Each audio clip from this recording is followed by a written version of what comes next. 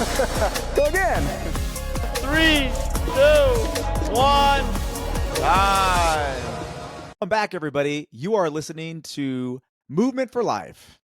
Where we talk about ways that keep us moving throughout our life. I'm JR. And I am Kolby. Welcome back, Kolby. Welcome back. It's been a busy week for us, hasn't it? Indeed. You've been racking up some miles as well. I have hit my 11-mile mark yesterday. So I still have, I think, about 2 months until we do the marathon. And Yep.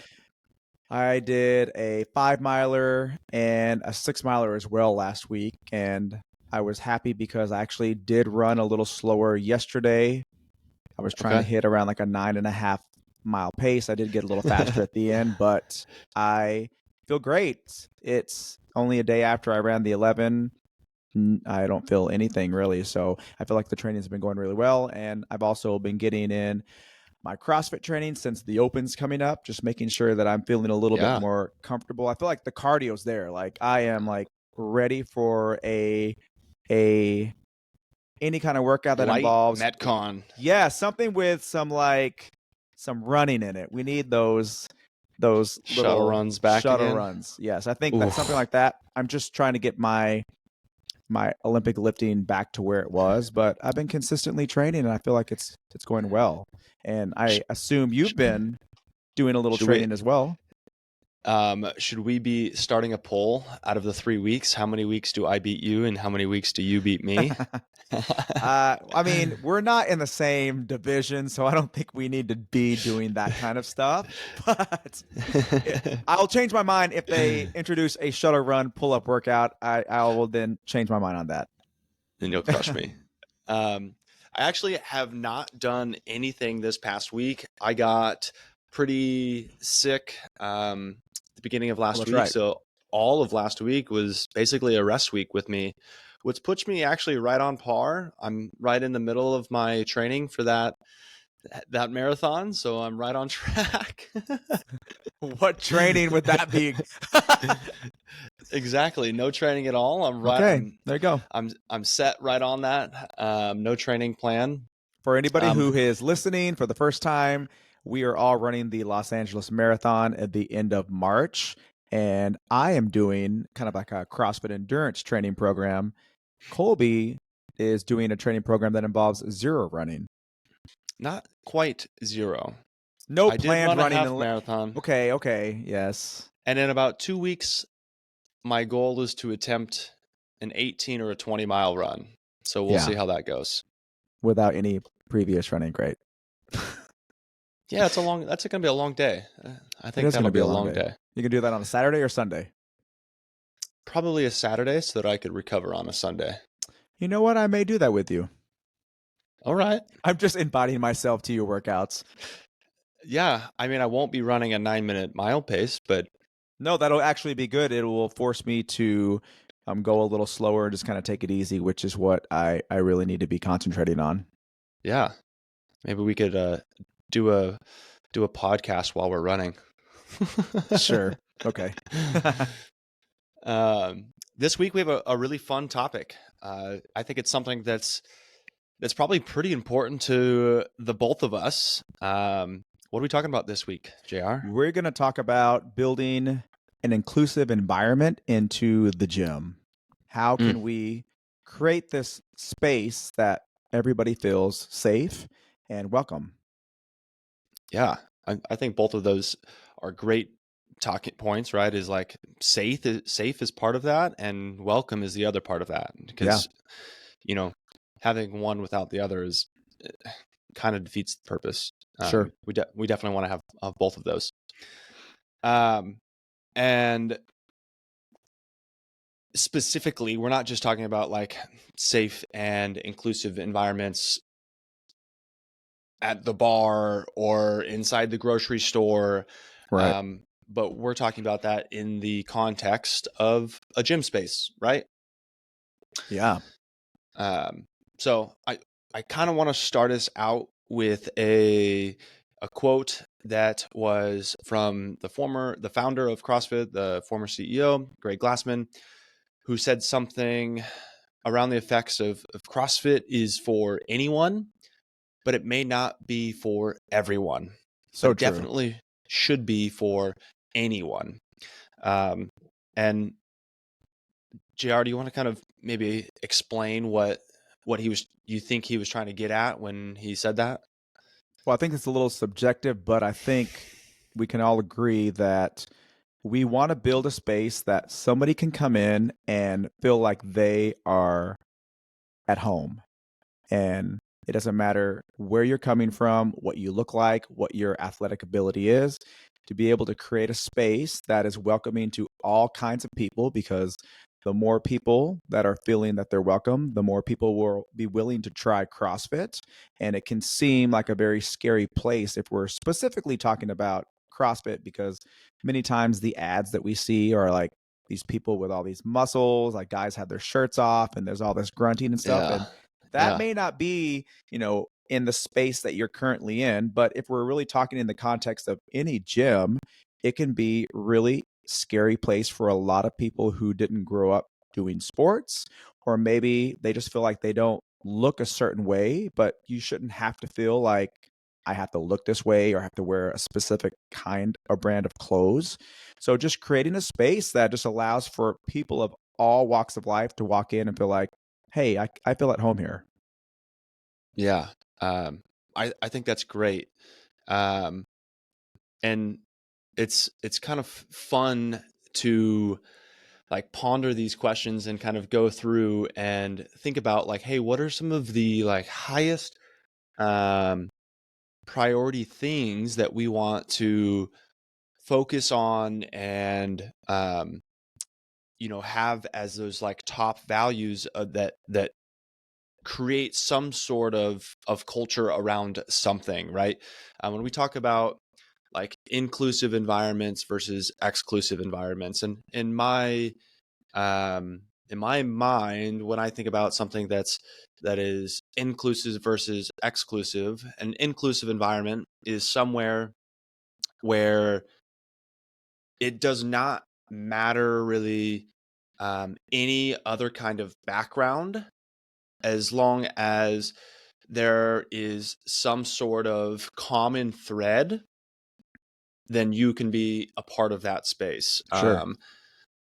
In my opinion, an exclusive environment would say, there is a more than one common thread that is saying that this is what you're able to be a part of this space. So if there's like 5 common threads, I would say that's more of an exclusive place than an inclusive place. In my mind, in order to make something as inclusive as we possibly can, we want to narrow down that common value down to as few or as little as we possibly can. And if Making we it more can, broad. um, I don't know if broad is the quite the right definition. Like maybe as precise as possible. And for us inside the gym, I think the value or the commonality that like we're looking for is healthier, happier humans. Sure. Um, I think that is like the common thread that we're all trying to fit under. And if you are fitting under the category of someone who is trying to be a healthier, happier human, then we are a space that could be working for you, that is inclusive to you. Um, Now, someone might argue that that would exclude somebody. What if I don't want to be healthier and happier? Well, then maybe I am excluding somebody who does not want to be a part of that vision. Does that make Hmm. sense? Yes, for sure. Um, so even in like the broadest sense of being inclusive, I might be excluding a certain amount of population who does not believe or does not want the the most common thread that we want in our space. Right. Um, would you agree with me on that, or do you have something different that you would think as something that would be considered inclusive versus exclusive? No, that makes sense to me. I mean, at first I was a little confused why you would want to narrow it down to like more of a singular or fewer things, but that actually makes sense because if we're talking about the overall goal of, and we'll use Oxnard movement as an example, it's being healthy and moving. So if we all have that common thread of this is the top priority, then anything else that maybe slightly differs in what your other goals are, as far as like I want to compete or I want to run a marathon, it Mm-hmm. doesn't tear away from the overarching thing. Whereas maybe some other places like, oh, we can have like looking good as one of those things, or like social aspect, and it's like almost breaking people off into cliques within the gym. Yeah.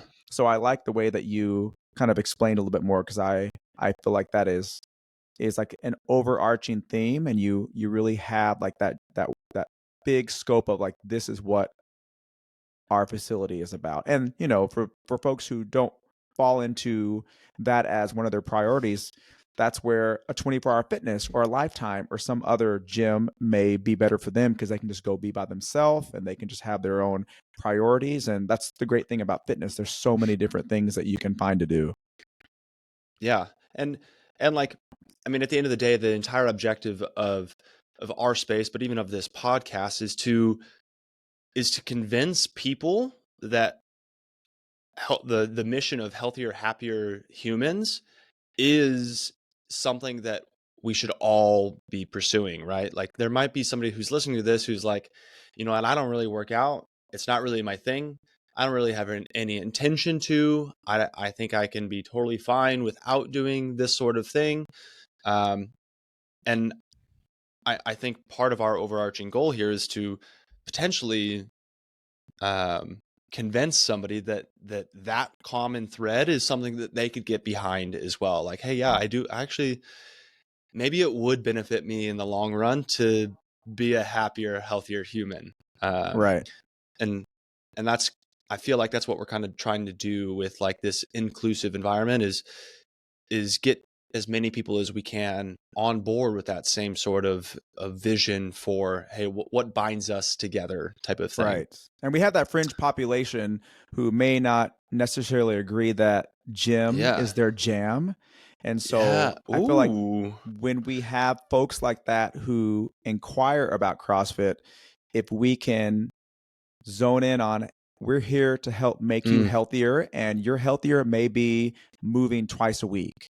It may be yeah. eliminating one single thing in your diet that could help improve your quality of life, and then hopefully it starts kind of slowly snowballing into, I feel Mm, better because I eliminated soda, and now I'm going to try to replace this with this. And yeah. I think if we're approaching it in that aspect, you are correct, that is a much better way to try to connect with folks who don't love being in the gym. And I think that overall that's what we've created at Oxnard. I got a question for you. Who are maybe some of those like fringe populations? I you think the easiest person to have come in the doors, right, is somebody who's already like, man, I work out, I believe in exercise, I already, like working hard, I already like being uncomfortable. Um, but there's like there are quote unquote those fringe populations of people Sure. who might never have been exposed to some of that kind of environment. What kind of people are potentially we looking at right there? Right off the bat, maybe it's somebody who's never done sports in their life, somebody Yeah. who's Oh never yeah. been part of a sports team, or has been even maybe had a trainer. They just are completely new. Maybe Mm, the only fitness they've ever had is doing some walking or playing with their kids. I feel like okay. that is like probably the broadest population of people. But then Okay. we have other folks who maybe it's based on age or gender that can kind of Okay. go with that. Yeah, I For me, remember we had that conversation with Isabel. oh yeah, that's a perfect example. right, a couple weeks ago, where she was like, you know what, in my family and my culture, like women didn't exercise, like we Right. weren't supposed to do those things. So that could definitely be a fringe population, is like somebody who's like, Yeah. hey, we've been told that we aren't really supposed to be fit or to be exercising. Right. That's a good one. Yeah. I'm sorry, go ahead, keep going. I think that's all I had. Um, the only other one that I kind of thought of, and I think you already just touched on it, was like an older population, Oh, right? for Somebody sure. Yes. who may think, my time is past. Like it's not worth it for me to try anymore. Like I'm past my prime. Like why would I even try Yes. to get healthier, happier? Um, I'm trying to think of any other fringe populations who might be on those edges. I mean, we Um, could be speaking about even handicapped people. Anybody with a yeah, disability disable. who Yeah. feel like they can't work out, and they absolutely can. That's one of the greatest things that Mm, CrossFit has implemented in the last couple of years is a track to really target disability or having those disabled folks be part of the population. yeah, and I really love the word that they use instead of disabled. You remember what they call everything for that division? I don't, and you're putting me on the spot. Oh, adaptive. Adaptive, yes. Adaptive athletes. So instead of saying that they're disabled athletes, they use the word adaptive athletes, and I love that term. Yep. Um, and it's kind of one of the ways that I really like to refer to any of our members is athletes as well. So adaptive Yes. athletes, I like to refer to our members as athletes themselves, even though, they might be like, oh, I'm not an athlete, or I've never been an athlete. Like when you're in here in this space, like, yeah, you absolutely are an athlete. It puts a positive mindset or a spin on something, instead of saying, oh no, you're just some person who's trying their hat at this thing. No, like you're Right. walking through the doors, you're showing up, you are doing it, you are an athlete, Yes. um, which is kind of cool. Very, very fun. Um, so creating a space like this takes intentional effort. Yes. I think we both know that a space like this just doesn't happen on accident. No. Um, I think we do some things very intentionally here at our space in order to try to create as inclusive environment as we possibly can. And I'm sure that you've got some ideas that maybe aren't implemented in this space, but you've seen in other gym spaces, or that you've done in your past experience, to kind of create some of that space. So I'll kind of let it off to you, and love to hear some of your ideas, some of your past experience with, hey, what's the best way to cultivate this culture of inclusivity? Number one, it has to come from the top. So if Mm, the owners and management are not walking the walk, it's not going to seed out into the community. They need to see mm, that you believe that mission statement of inclusivity, and that you are showing everybody this is what it means to be a welcoming person. And I think by number one, making sure you acknowledge everybody when they walk in. You should know their name, and that's something that you require us coaches to know every single person's name. And so it's important for us, and it builds more of a relationship if I know that your name is Kolby, and when I say, hey Kolby, how are you doing, and knowing yeah. something about them. I think right off the bat, that is something, unfortunately, is not something you see at every CrossFit. To Mm, be able to make anybody feel welcome the moment they come in, and that we see them, versus letting them just stand there for 5 or 10 minutes. Is anyone going to yeah. talk to me? So I think that Yeah. is probably the biggest thing that is very important. And then just training the coaches and the staff to make sure that, one, before you even hire them, it's somebody that you believe is going to kind of like roll with and believe in what the overall gym environment is going to be, Hmm. and making sure that they are following through that as well. I think that's really important. That's great. Um, yeah, Dale, I think that name piece is a really, really amazing insight. Dale Carnegie, I think it's one of his 10 golden rules is someone's name is the sweetest sound in any language. So somebody responds the best when you use their name. Sure. And like that's totally true for myself as well. Um, I definitely know that there's been certain situations where I've met somebody once or twice who I like admire. I'm like, wow, that person's really great, really cool. And I've only met them once, and they come back around and they're like, "Hey, Colby, like, how's it going?" I'm like, "Oh my gosh, like Yeah. that person remembered my name. Like Right.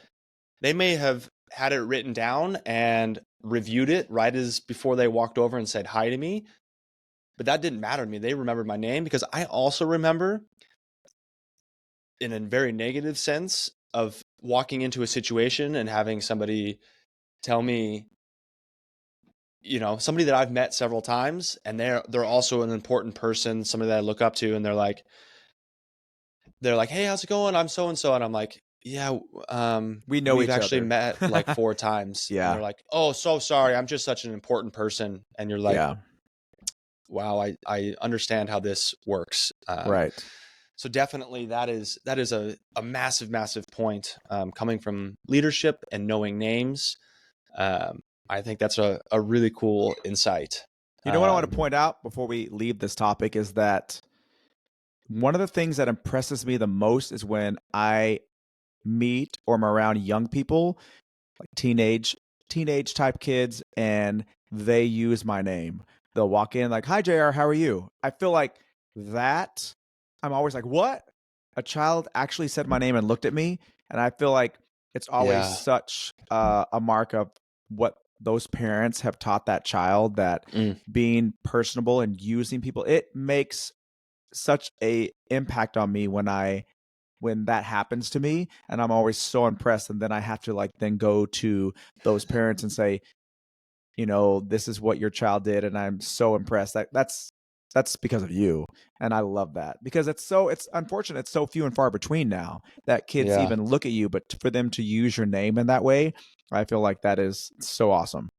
Huge step up. That's Yeah. definitely creating some great culture inside of space is being able to use names. Yeah.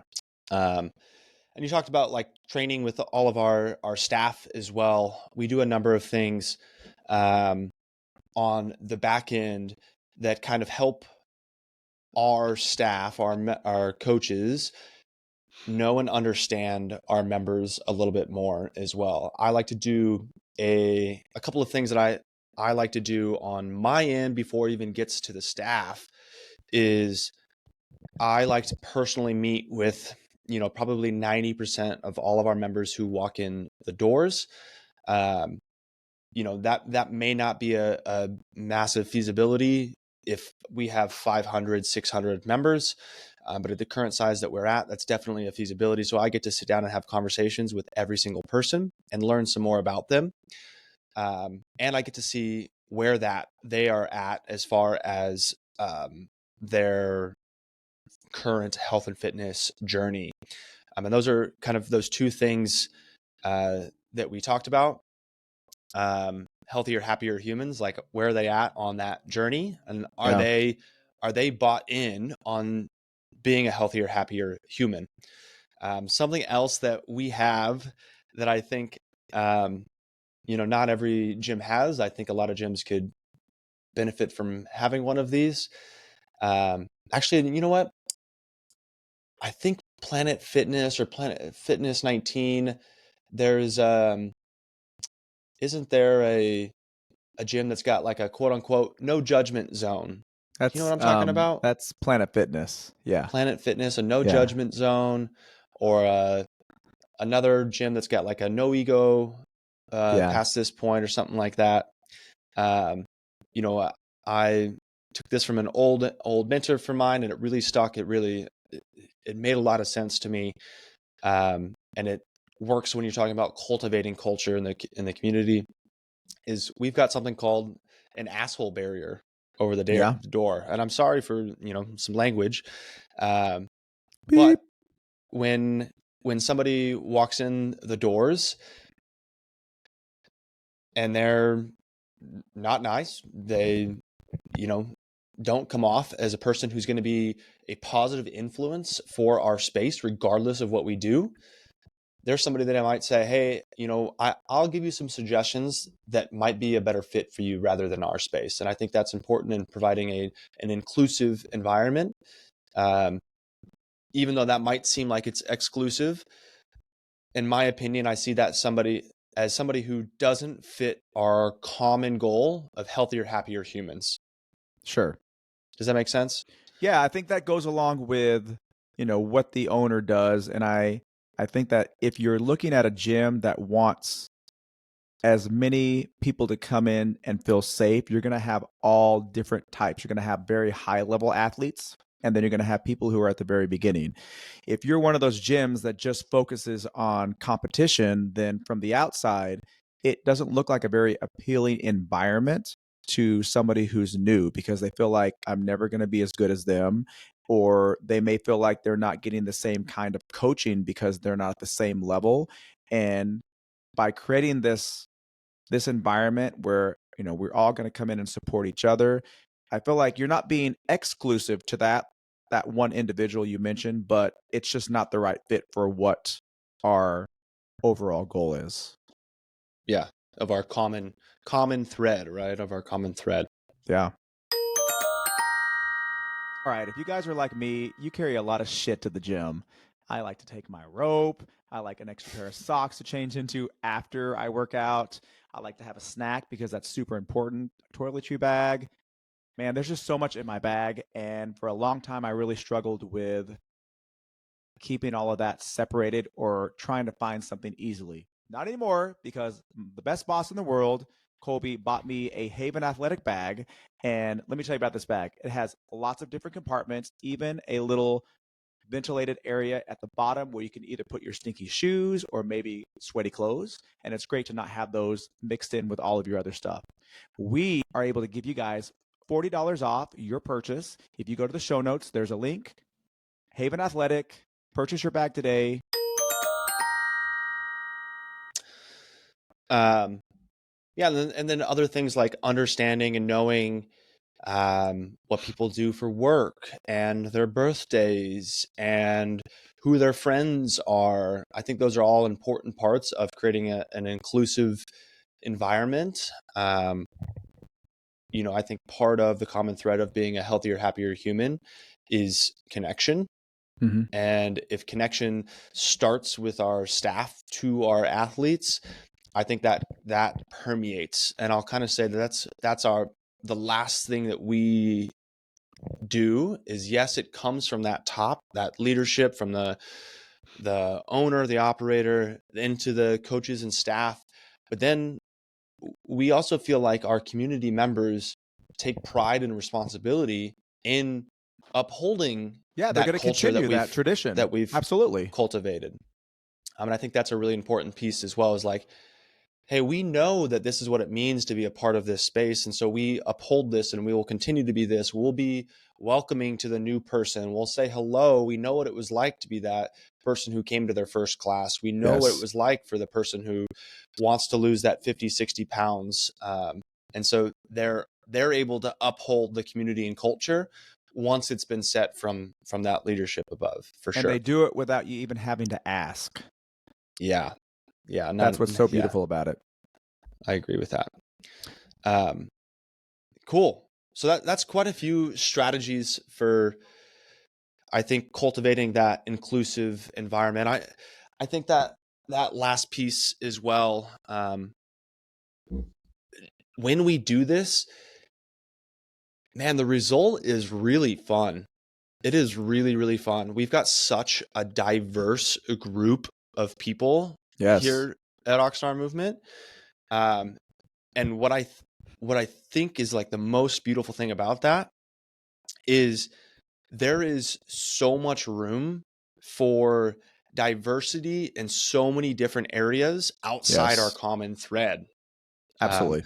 like we have people and like so many different areas, meaning like we have some people who love the water and love the ocean, and some people who are like, I've never touched the ocean and I've lived here my entire life and I don't Hmm. ever want to go touch the ocean. Right. And we have people who say, I want to play video games all day long. We have people who say, I'll never play video games in my life. I'd rather watch football or watch sports.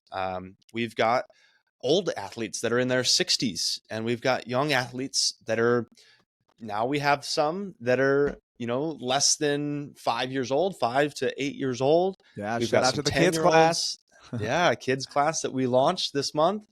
Um, to those older athletes.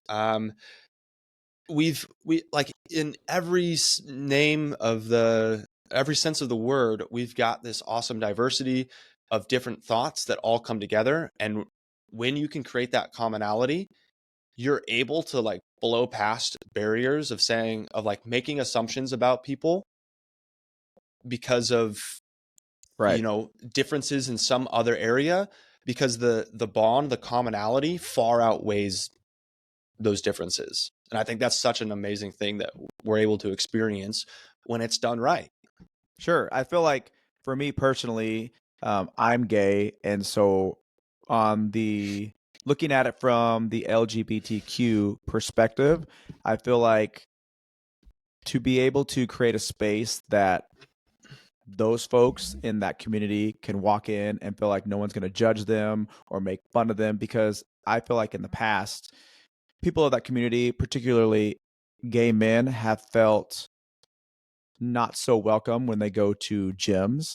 And Mm, so for me personally, small things that a gym could do could be when you walk in, there's like a gay flag on the wall or a gay sticker on the door, a gay flag sticker, or like apparel that has like the gay flag on it, which that's mm, something that we have at Oxnard. And people wear those with pride, and that's unspoken things that a member of the LGBTQ community will see immediately, and it will put them at ease, because there's a lot of anxiety going certain places, even still to this day, where okay, I don't feel like I'm gonna be welcome there, or is this gonna turn into a situation where I'm feeling unsafe?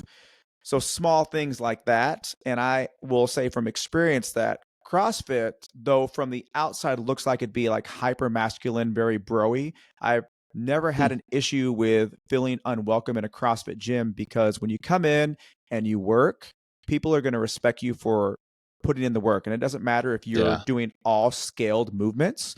If you are coming in and you're the highest level athlete, there's a amount of respect that's earned because you just come in and work and you are suffering with everybody else. And that breaks down barriers, because for a lot of people, maybe they've never had a closer relationship or interacted with somebody who they knew was part of the LGBTQ community. For sure, they have been around Yeah. people, whether or not those folks are sane and are out. But I feel like for that particular community to be able to have a safe space and come in and do their thing, it's a great beautiful thing. And that's one of the things I'm really proud about with CrossFit, because I feel like it, at least in my experience, has always been very positive. Yeah.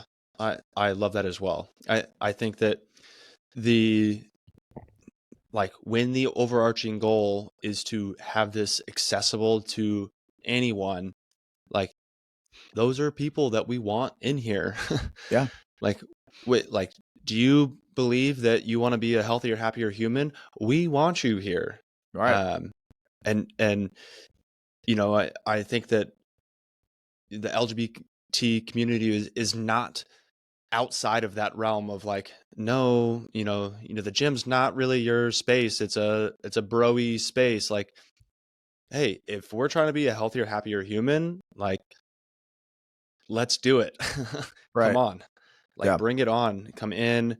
Um, so I think that those are that is 100% of population of people that like let's let's figure out ways that we can make this available and accessible to anyone for sure. Yes. So what about trying to create an environment that does not include gym drama. What are things that you could do as an owner, or things that maybe you've done in the past that helps eliminate with that drama? Because I feel like, no matter who you are, where you're at, when you have a lot of different people coming together, chances Yeah. are there's going to be disagreements, or there's going to be some kind of drama. What have you done? And I guess, has there been any instances of gym drama here at Oxnard that you want to share? Um, sure. But before I do, I'm curious to think about or to hear your thoughts on how you think I respond to gym drama. Because I don't think you've been here long enough for us to have any kind of No, like, I've been here now. Let's see. I started in the end of September, so yeah, I've been here like 5 months, and October, November, December, January. Yeah. count on the Yeah. fingers. Yeah. So I have not seen anything like that. It's been smooth sailing as far as I can see. But knowing you personally, I think that you probably like to have people sit down and talk about it, get both sides, and try to come up with a checklist of things that we can do to eliminate this problem. I mean, you're very much a talker, and you like to work things out. And um, I feel like it'd be more in a more of a moderator. Let's hear both sides and talk about the pros and cons of what's happened and how we can eliminate this. Yeah. So that's a great question. I think in an ideal world, you were right on, JR. I think that is what I would like. I'm striving to do. I don't think it always comes out that way. I was actually just recently having a conversation about this and saying that I'm actually like a very non-confrontational person. If I can avoid conflict, I will try to avoid conflict. And so, sometimes it gets the best of me and sometimes it doesn't. But some of the things that I try to do to reduce the amount of gym drama and then deal with it when it does come up, because like you said, like inevitably there's going to be some sort of drama when we have a group of humans interacting. And by drama, maybe I mean disagreements or Sure. tea or whatever it may be. And so my first thing that I try to do is I stay out of all chisme or quote unquote drama, right? Mm-hmm. Is I actively remove myself from situations. People, if they want to have conversations about things or about people, they want to have conversations about things, great. They want to have conversations about people, I remove myself from those conversations and I'm very uninterested. And I'll say 90% of the time, um, I'm the last person to know about the gym drama. Yeah. Because people don't bring it to me. People say, Kolby's not going to be interested in this. Like, why would I even like try to get a rise out of him or try to, share this stuff with him? Because he's going to be like, all right, cool, great, thanks. I'm not going to expound on it. I'm not going to dive into it.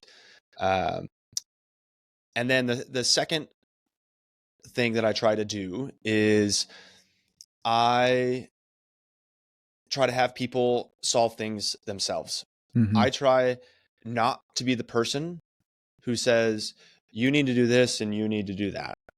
I say, you two need to talk to each other. And if it can't be solved between each other, I will come in and help the situation. And, an example that we've had is I've had like different parties at the gym, come to me individually and say, hey, this person's saying this and doing this to me. And then another person coming to from the gym saying, hey, this person's saying this and doing this to me. And my response is, until you and go have a conversation with that person, I'm not going to make any kind of intervention in this situation. Nor should you. There is one exception, and the exception is safety, right? Sure. And there has been one incidence of that where a member said, somebody made some advances on me. It made me feel really uncomfortable. I don't feel comfortable enough to have a conversation with them. I said, without a doubt, I will have a conversation with that person Yeah. because your safety is of more importance than you dealing with the drama, quote unquote, drama on your own. So that was the one exception. It's like when somebody's safety is on the line, I'm more than welcome or more than happy to step in and have that conversation with somebody Mm-hmm. on behalf of somebody, not for somebody. I'm not putting words into their mouth, but I'm willing to have that conversation with somebody. And then if the two of them have a conversation, generally things are solved. Yeah. And it's amazing what happens when people actually have to talk to each other. Sure. And then that final thing is I've done it, come into a mediator type of situation like you've talked about, where we're like, hey, we all need to have a meeting. Let's have a sit down. Please tell me what you've got to say, and please tell me what you've got to say. And you got to say them like with open door policy so the other person can hear, and we'll have a discussion about them all. Mm-hmm. And that is very uncomfortable. I mean, it's the most uncomfortable for the two of them, but it's also uncomfortable for me as the moderator because Mm-hmm. I am non-confrontational. But I think that those hard conversations are what leads to, continued consistency in like this inclusive environment. And if those don't happen, it's hard to continue that. But don't you find that in like this type of environment that we have at CrossFit, that the drama, it's few and far between, because you have different groups of people who are always going to 5:30 or 6:30 or 9 a.m. And they do that because the other same group of people is always in those classes and they go there for those people. So maybe if everybody, like the morning people and the evening people, were to more often mixed together, it could be. But I feel like there's such these little pockets of small like sub communities within our community. Like the 6:30 p.m. class is definitely its own little community, right? And Yeah. so, but they all enjoy themselves so much and they've gotten to be such good friends that I feel like, don't you feel like that helps eliminate some of that? Um, Or no? yeah, like yes and no, because sometimes what that starts to create is a community of like, hey, I may not feel included now in this group. Why am I being excluded from a community that I Hmm. wanted to be a part of? Sure. And so sometimes even that sort of thing, like, hey, we have our specific If it becomes like communities. a clique. Sure. Yeah. Yeah. Like we want to be as inclusive as we can. And Sure. that's how we go about those conversations. And generally, like if it's not a problem, it's not a problem. So Sure. I'm not like diving in and being like, hey, let's figure this out. Like, Yeah. why do you guys like hanging out with each other? Like, hey, if it's not a problem, it's not a problem. Right. And I feel like, like you do a good job of always having a lot of gym events happening. So there's lots of Mm, opportunities for everybody in the entire gym to get together. If you didn't have any social interactions and everybody was yeah. responsible for creating their own, that's when it becomes very clicky. You have the 6:30 group who are Yeah. like a family. They do stuff together all the time. After 7:30 hits, they don't leave. They go outside and they stand around and hang out, or they're all going to each Yep. other's houses. But there's also opportunities for other people, everyone to kind of Yes. come together. So I think that's the balance. And ultimately, you Yeah. want all those people to love hanging out with each other and to do things with each other. And you've created that safe space that makes people want to continue on.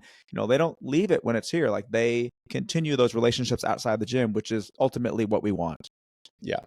Yeah. That was perfectly summed up. I like that a lot. That was an awesome, episode. We talked about a lot of amazing things um, that are relevant to, hey, how do we convince more people that what we do is something that is worthwhile? I think ultimately, So, if anybody can take something away from this episode, if you're listening, you're part of a gym that maybe doesn't do some of the things that we do, or we said something that kind of hits home, I mm, think, making sure you take a step back. If you're a gym owner, you're a coach, and you see something happening, then take the leadership role in yeah, trying to create more inclusivity in your gym, because ultimately your gym's going to prosper, the community is going to prosper with the diverse people that come in. It makes you more tolerable as somebody you maybe otherwise didn't think you had. So yeah, I think it's a win-win for everybody. Love it. Cool. All right. Well, I'm gonna go run. All right. Yeah. I'm gonna train for the first time today too, in a Nice. little bit over a week. Oh, when are you training? I'm gonna take 3:30 class today. Okay. Well, I'll see you then. All right. Sounds good. All right, everybody, if you like our podcast, please make sure that you are following us and you are sharing the episodes. Also, it's super important that you are rating us. So if you like what you hear, please make sure that you rate and leave a comment, because the more comments and rates we get, the more people will see our podcast. Yeah, love it. If you're enjoying it, check out our show notes as well. We've got some affiliate links. So if you want to support us in any other way, there's some links down there that you can support us with. Have a great day. Crush it. Until next time. We'll see you next week. See ya. Bye.